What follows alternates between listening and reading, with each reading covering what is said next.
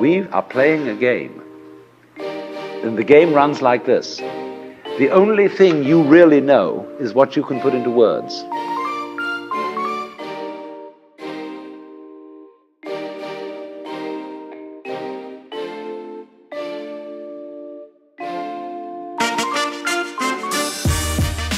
Let's suppose that you were able every night to dream any dream you wanted to dream. And that you could, for example, have the power within one night to dream 75 years of time, or any length of time you wanted to have. And you would naturally, as you began on this adventure of dreams, you would fulfill all your wishes. You would have every kind of pleasure you could conceive. And after several nights of 75 years of total pleasure each, you would say, well, that was pretty great. But now let's have a surprise. Let's have a dream which isn't under control. Well, something is going to happen to me that I don't know what it's going to be. And you would dig that and come out of that and say, wow, that was a close shave, wasn't it? And then you would get more and more adventurous, and you would make further and further out gambles as to what you would dream. And finally, you would dream where you are now. You would dream the dream of living the life that you are actually living today. That would be within the infinite multiplicity of choices you would have, of playing that you weren't God.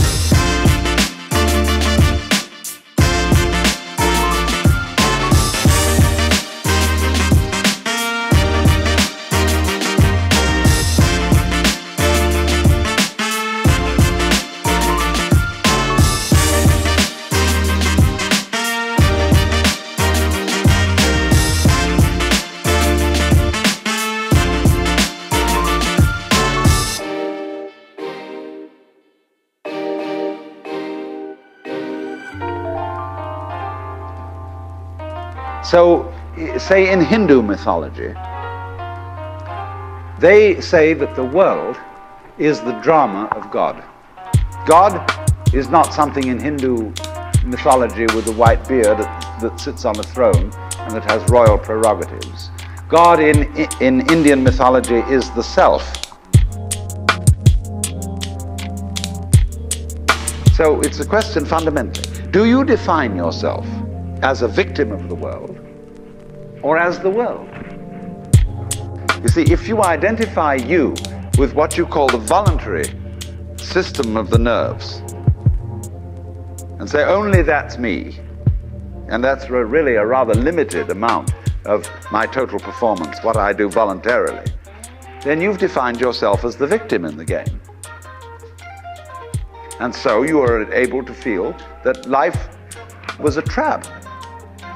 Something else, whether it was God or whether it was fate or whether it was the big mechanism, the system, imposed this on you. And you can say, poor little me. But you can equally well, and with just as much justification, define yourself not only as what you do voluntarily, but also what you do involuntarily. That's you too. Do you beat your heart or don't you? Or does it just happen to you? And if you define yourself as the works, then nobody's imposing on you. You're not a victim. You're doing it. Because you can't explain how you do it in words, because words are too clumsy. And it takes too long to say. You get bored with it. But actually, then you can say, with gusto, I am responsible for this life. Whether comedy or tragedy, I did it. And it seems to me that that is a basis for behavior and going on, which is more fundamentally joyous and profitable and great than defining ourselves as miserable victims.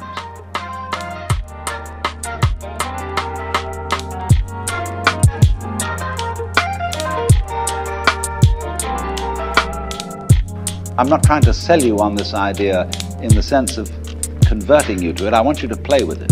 I want you to think of its possibilities. I'm not trying to prove it. I'm just putting it forward as a possibility of life to think about.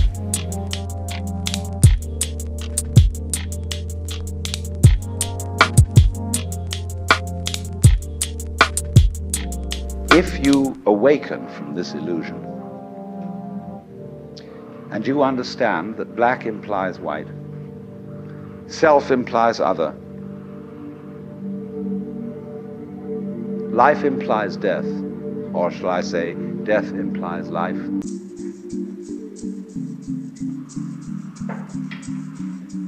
You can feel yourself not as a stranger in the world, not as something here on probation, not as something that has arrived here by fluke, but you can begin to feel your own existence as absolutely fundamental.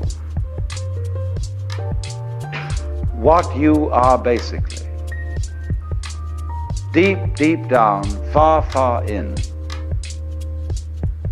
is simply the fabric and structure of existence itself.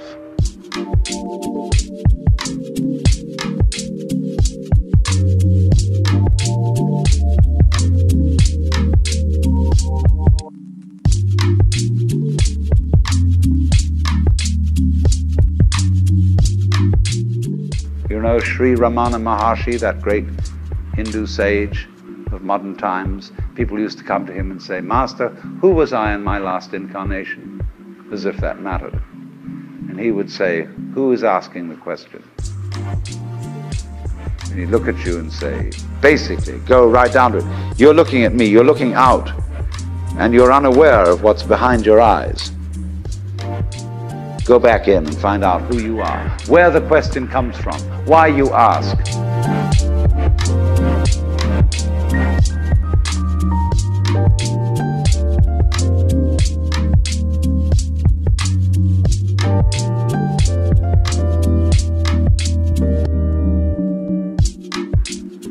So in this idea then, everybody is fundamentally the ultimate reality.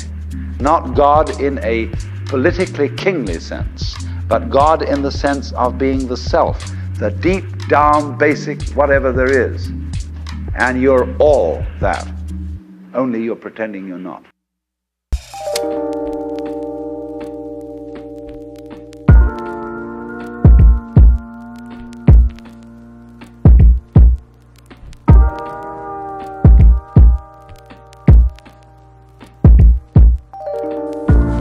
See, and in this way, the egocentric being is always in his own trap. So Buddha saw that all his yoga exercises and ascetic disciplines had just been ways of trying to get himself out of the trap in order to save his own skin, in order to find peace for himself. And he realized that that is an impossible thing to do because the motivation ruins the project. He found out then, you see, that there was no trap to get out of except himself. Trap and trapped are one. And when you understand that, there isn't any trap left.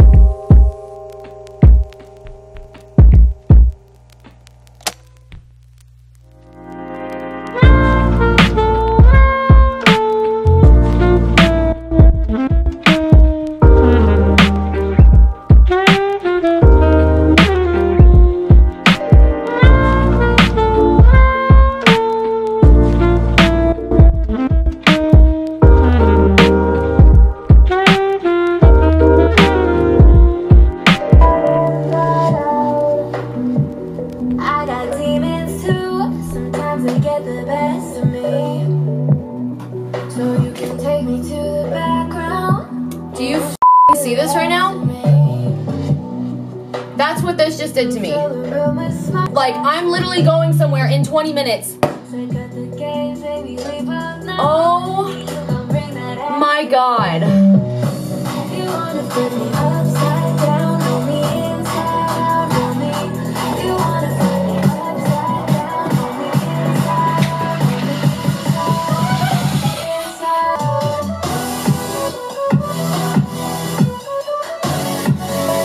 That kind of looks cool.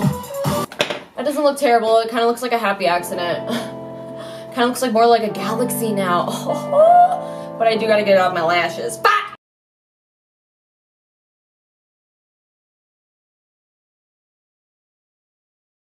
Baby, just let me change your mind. We can forget and come alive. And in the dark, just hold me tight. I'll show you a light, show you a light. We can let go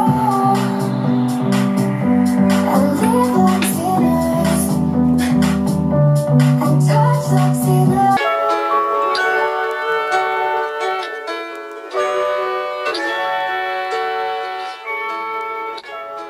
Well, I have a sort of suggestion, and that is this, that before we decide either to save the planet or to destroy it, we pause for a moment of silence.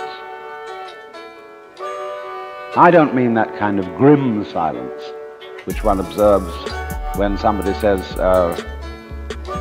such and such a famous person has just died, and we'll observe a moment of silence in his honor. And everybody frowns and thinks very serious thoughts. That's not silence at all. I mean real silence, in which we stop thinking and experience reality as reality is. Because after all, if I talk all the time, I can't hear what anyone else has to say. And if I think all the time, and by that I mean specifically talking to yourself subvocally inside your skull, if I think all the time, I have nothing to think about except thoughts. And so I'm never in touch with the real world. Now, what is the real world?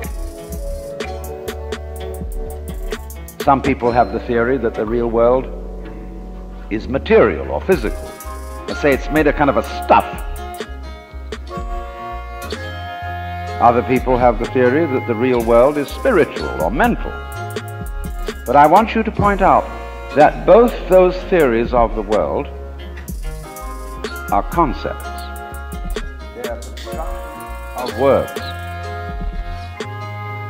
And the real world is not an idea.